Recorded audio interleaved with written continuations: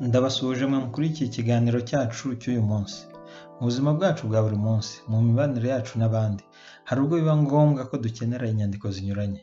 Bene izo nyandiko zishobora kuba ari izitangwa n'inzego za leta, urugero, inyandiko z'amavuko, uruhushya rwo gutwara imodoka, irangamuntu, cyangwa se iz'abikorera, diplome, inyandiko zo kwa muganga, inyemezabuguzi zitangwa n'abacuruzi n'izindi.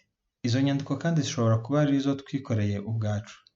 Itangabubasha ariyo procuration, kwemeza ikintu runaka aribyo twakwita nka declaration, ndetse n'izo tugirana n'abandi, amasezerano y'ubugure, amasezerano y'umwenda n'izindi.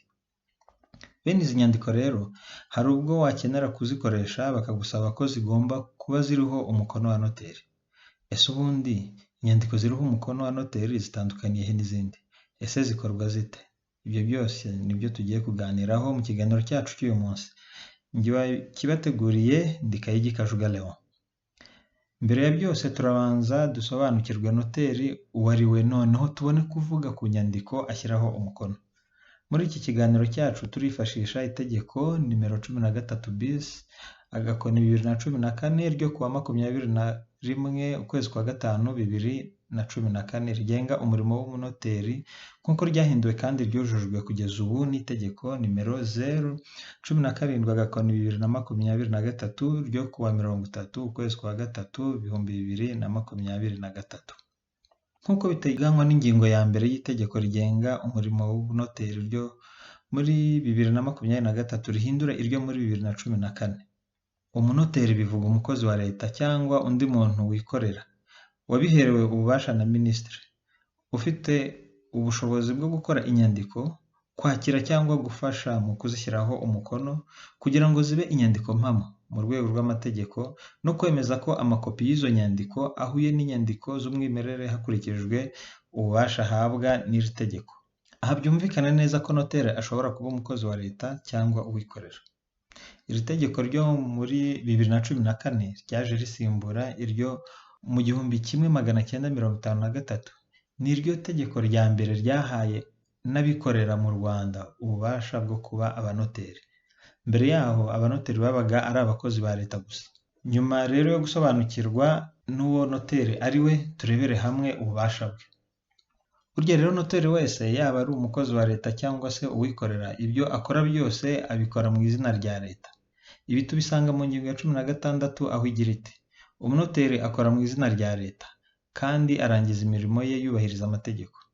Naho mu ngingo ya 9 y'itegeko tumaze kuvuga haruguru, rirondora ibintu 8 byose noteri afitiye ububasha bwo gukora mu mirimo ye ya buri munsi.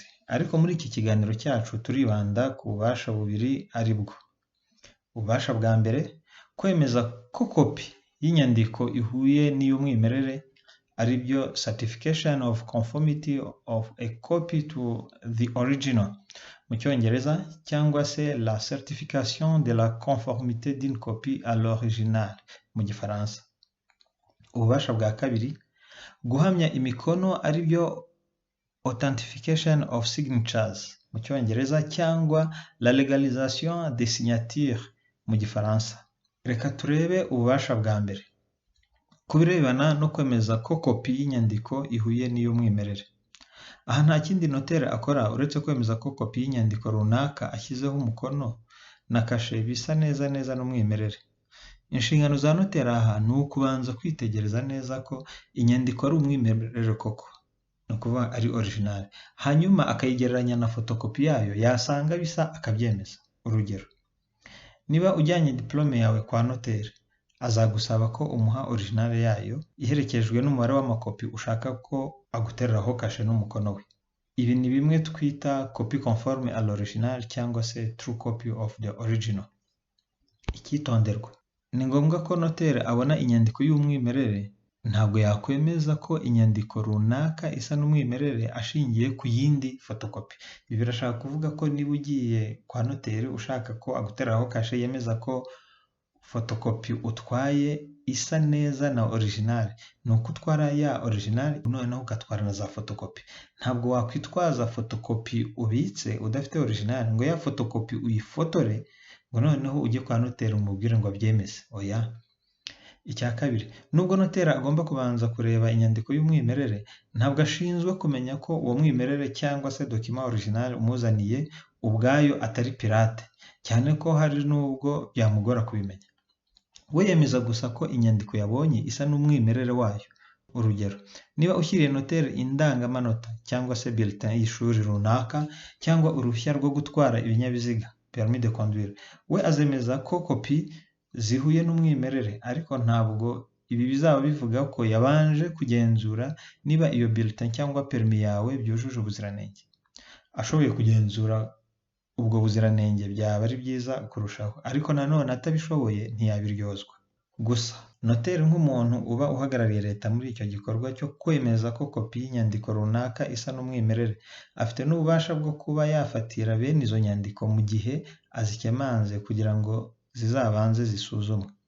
Urugero, uzanye iyo ndangamanota yawe cyangwa bulletin y'ishuri runaka kandi ishobora kuba ari pirate wakoresheje mu Biryogo, mu Gakinjiro se cyangwa n'ahandi hose hatemewe, kandi wenda noteri uyishyikirije asanzwe yakira bulletin zo kuri iryo shuri, akabona iyo uzanye ntisa n'izo asanzwe yakira, ashobora kuyisigarana akayishyikiriza inzego zibifitiye ububasha zikabikurikirana. Icyo gihe aguha inyandiko yemeza ko asigaranye iyo bulletin yawe. Ibi tubisanga mu ngingo ya 46 igira iti: mu gihe umunoteri asanze inyandiko yashyikirijwe idahuye n'ukuri, afite uburenganzira bwo kutayisubiza nyirayo, ariko akamuha icyemezo ko ayisigaranye. Iyo nyandiko ishyikirizwa inzego zibifitiye ububasha.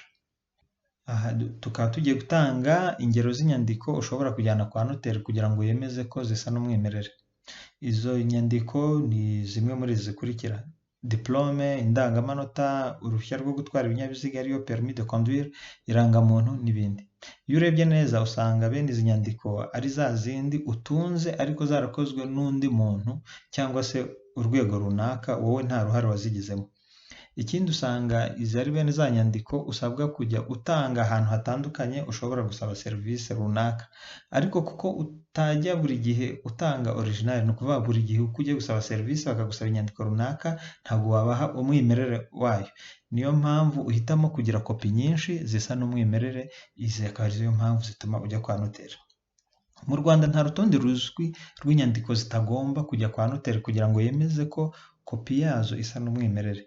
Ariko nko mu gihugu cy'Ububiligi, Belgique cyangwa se Belgium mu Cyongereza, hari zimwe mu nyandiko zitangwa n'inzego za leta bavuga ko zitagomba kujya kwa noteri, ko ahubwo ukeneye kopi yazo yongera akazisaba rwa rwego rwazimuhaye rukamuha izindi. Ibi tubisanga ku rubuga rwa internet rwa komine imwe yo mu Buruseli cyangwa se Bruxelles ni mu Bubiligi. Iyo komine ikaba yitwa Icle, nimbisoma nabi murambabarira, ni ICCLE. Urwo rubuga rukaba ari iccle.be, bivuga Belgique. Kuri urwo rubuga ingero z'inyandiko batanga zitagomba kujya kwa noteri ni zikurikira: irangamuntu, uruhushya rwo gutwara ibinyabiziga permis de conduire, inyandiko z'irangamimerere, kopi y'urubanza, ni ukuvuga kopi de jugement, inyandiko mpamo zakozwe na noteri. Ni ukuvuga ngo niba noteri hari inyandiko yagiye kwa noteri yarakozwe na noteri, wowe ukaba ufite kopi imwe, ntabwo nayo wayijyana kwa noteri wundi ngo avuge ko ari kopi conforme à l'original, ahubwo icyo gihe wowe wasubira kuri noteri wabikoze akaguha indi kopi. Ariko mu Rwanda ku nyandiko zitangwa hakoreshejwe uburyo bw'ikoranabuhanga, iki kibazo cyarakemutse kuko wakora kopi zose ukeneye utiriwe ujya gusaba izindi. Urugero, icyangombwa cy'uko uri ingaragu cyangwa washyingiwe, turavuga inyandiko z'irangamimerere hafi ya zose zitangwa hakoreshejwe ikoranabuhanga, wakoramo kopi zingana n'umubare ukeneye. Ni ukuvuga ngo ntabwo wafata icyangombwa cy'uko uri ingaragu, attestation de célibat, ukijyane kwa noteri. Nta mpamvu, wowe uragifite mu buryo bw'ikoranabuhanga, wakora kopi zose ushaka, wakora ibyo bita download ukawibitsa ari soft copy, ntabwo ari ngombwa kujya kwa noteri. Uro tujye kureba kuri bwa bubasha bwa kabiri twavuze ko tuza kurebera hamwe ku bubasha noteri afite bundi: guhamya imikono, ari byo authentification of signatures cyangwa se la legalisation des signatures. Guhamya imikono aho bitandukaniye no kwemeza ko kopi isa n'umwimerere, ni uko aha ho noteri icyo akora ari ukwemeza ko umukono uri ku nyandiko runaka ari uwa nyirawo koko. Ibi bivuga ko kugira ngo noteri yemeze umukono, ni uko ushyira umukono ku nyandiko runaka agomba kubikorera imbere ya noteri. Urugero, niba abantu babiri bakoze amasezerano y'ubugure bw'imodoka, abo bireba bombi ni ukuvuga ugura n'ugurisha bagomba kuza imbere ya noteri maze bagasinyira imbere ye, nawe agahamya ko imikono iri kuri ayo masezerano ari iy'abo bantu bagaragara kuri iyo nyandiko, kuko baba babikoreye imbere ye. Ibi bisobanura ko noteri aramutse yemeje umukono cyangwa sinyatire yawe kandi utamusinyiye imbere, bitewe n'uko wenda muziranye cyangwa se akwizeye, yaba akoze amakosa. Cyakora, hari ibindi bintu bijya bikorwa kandi byemewe, aho nk'umuntu runaka ukorera nk'urwego rusinya amasezerano menshi, bikaba bimusaba guhora ajya imbere ya noteri, ashobora guha noteri umukono we specimen. Noneho igihe cyose ashatse ko noteri yemeza umukono we, agasinyira aho ari. Urugero, agasinya mu biro aho ari, bitabaye ngombwa kujya kwa noteri we ubwe, ahubwo ya nyandiko yasinyeho ikajyanwa kwa noteri n'undi muntu, hanyuma noteri ufite ya specimen ya sinyatire akagenzura ko umukono uri ku nyandiko bamuzaniye usa n'iyo specimen abitse. Mbese ni nka kwa kundi kuri banki bagenzura ko sinyatire iri kuri sheke bakiriye isa neza na specimen bafite mu mashini zabo mbere y'uko baha amafaranga umuntu uzanye iyo sheke. Irindi kosa noteri yaba akoze ni nk'igihe abamugana basanga adahari, bagasinyira imbere y'undi mukozi ukorana nawe, hanyuma noteri yaza akemeza ko bamusinyiye imbere kandi mu by'ukuri basinyiye imbere y'undi muntu. Wowe noteri ukora bene ibi bintu, wibuke ko umunsi havutse ikibazo kirebana na bene iyo nyandiko, ari wowe ubwawe uzabibazwa, bitazabazwa uwo mukozi wagufashije kwakira imikono y'abakugana mu gihe udahari. Ese ni nk'izihe nyandiko zisinyirwa imbere ya noteri kugira ngo ahamye imikono iziriho? Ni ukuvuga twabonye inyandiko nyinshi, twabonye hejuru za zindi aho noteri yemeza ko kopi isa n'umwimerere, aha ni za nyandiko zisinyirwa imbere ye. Ese zo zaba ari nk'izihe? Nubwo atari itegeko ko byanze bikunze inyandiko zose zikurikira, turavuga izo tugiye kuvuga hasi zijya kwa noteri, kugira ngo zigire agaciro, ni byiza kuzisinyira imbere ya noteri. Izo nyandiko ni nk'amasezerano y'ubugure bunyuranye, ariko cyane cyane ubugure bw'umutungo utimukanwa, ni nk'ubutaka, inzu n'ibindi biri ku butaka. Twavuga irage ari ryo testament, twavuga amasezerano y'ubukode n'ibindi. Ariko ni ngombwa kwibutsa hano ko amasezerano y'ihererekanya ry'uburenganzira ku butaka akorwa mu nyandiko ishyirwaho umukono n'abahererekanya uburenganzira ku butaka, akemezwa kandi agahamwa n'umukono wa noteri w'ubutaka cyangwa undi munoteri ubihererwa uburenganzira n'umubitsi mukuru w'inyandiko mpamo z'ubutaka. Ibi tubisanga mu ngingo ya 23 y'itegeko rigenga ubutaka ryo muri 2021. Aha icyo bishatse kuvuga ni uko uvuga ko twabonye ko amasezerano menshi atari ngombwa ko asinyirwa imbere ya noteri, ariko tukajya inama ko byaba byiza ko asinyirwa imbere ya noteri kuko ari bwo aba yizewe cyane. Ariko ku birebana n'ubutaka, amasezerano yo guhererekanya uburenganzira ku butaka agomba gusinyirwa imbere ya noteri w'ubutaka cyangwa undi wabiherewe uburenganzira. Icyitonderwa, nubwo twabonye kugira ngo noteri ahamye inyandiko, abo bireba bagomba gusinyira imbere ye, ni byiza kwibutsa ko amategeko, haba itegeko rigenga ubutaka ndetse n'irigenga umurimo w'ubunoteri, yose anateganya ko bishobora gukorwa mu buryo bw'ikoranabuhanga. Ibi bikaba bisobanura ko icyo gihe bitaba bikiri ngombwa ko abo bireba basinyira imbere ya noteri. Aha biravuga niba byakozwe mu buryo bw'ikoranabuhanga, byakozwe utari imbere ya noteri kuko byakozwe mu buryo bw'ikoranabuhanga. Gusa rero ubwo twateguraga iki kiganiro ntabwo twashoboye kubona ingero z'aho mu Rwanda noteri yaba yarahamije inyandiko hakoreshejwe uburyo bw'ikoranabuhanga kugira ngo tumenye uko nabyo bikorwa. Aha turashaka kuvuga ko ibi bintu biteganywa n'amategeko, ariko muri pratique mu buryo bw'imikorere ya buri munsi nta ngero dufite. Haramutse hari uzifite ubwo yazabitubwira nabyo tukabivugaho. Nyuma y'ibi byose rero turibaza impamvu ari ngombwa gusinyira bene izi nyandiko imbere ya noteri. Izo mpamvu ni izi zikurikira. Aha turashaka kujya inama yo kugaragaza hari inyandiko byanze bikunze aho itegeko riteganya ko zisinyirwa imbere ya noteri, ariko hari n'izidasinyirwa imbere ya noteri ariko bikaba ari byiza ko tuzisinyirayo. Ese impamvu yaba ari iyihe? Tujya kureba impamvu ebyiri z'ingenzi. Impamvu ya mbere, bene izi nyandiko zifatwa nk'aho ari impamo kuko utazemera wese asabwa kuzinyomoza biciye mu rukiko, kuko itegeko rivuga ko inyandiko ihamijwe n'umunoteri hakurikijwe ibiteganywa n'iri tegeko ni inyandiko mpamo, kandi ko inyandiko zishyizweho umukono n'umunoteri uwo ari we wese uvugwa muri iri tegeko zigira agaciro kamwe mu gihugu hose, mu gihe nta yindi nyandiko cyangwa icyemezo cy'urukiko bizikuraho. Ni ukuvuga ngo inyandiko yashyizweho umukono n'umunoteri ni inyandiko mpamo, ni inyandiko yemewe, ni inyandiko ikoreshwa ahantu hose mu Rwanda, utayemera agomba kuyivuguruza biciye mu rukiko. Ntabwo wabona inyandiko yasinyiwe imbere ya noteri wowe uvuga ngo ntabwo uyemeye gusa ngo ni inyandiko mpimbano. Oya, bigomba kujya mu rukiko.